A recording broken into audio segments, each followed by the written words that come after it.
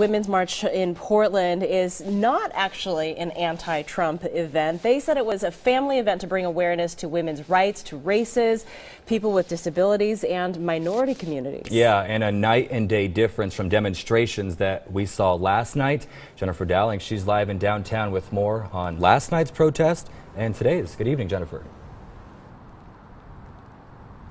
Good evening. I wrapped up talking to folks who had just got done marching here on NATO a couple hours ago and asked them what was the big difference here, and they felt it was indeed intent. Here they're focusing on women's rights, as you just mentioned, and they said last night they felt perhaps a lot of folks were focused on their hatred toward the president.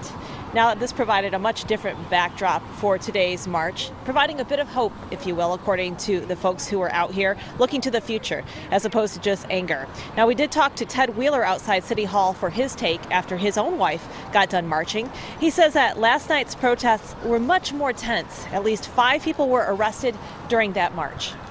It's definitely a different situation than today.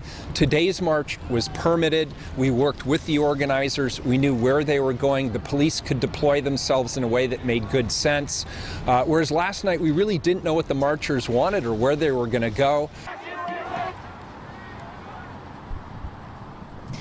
And he says, all things considered, he thought the police department did very well in their handling of the crowds last night. Notably, law enforcement was successful in preventing marchers from getting on some of the bridges, including the Morrison Bridge, and also getting onto the freeway. Now back to the march today. A lot of people happy with today's event, able to express themselves, and of course, this march wrapping up very peacefully. Back to you.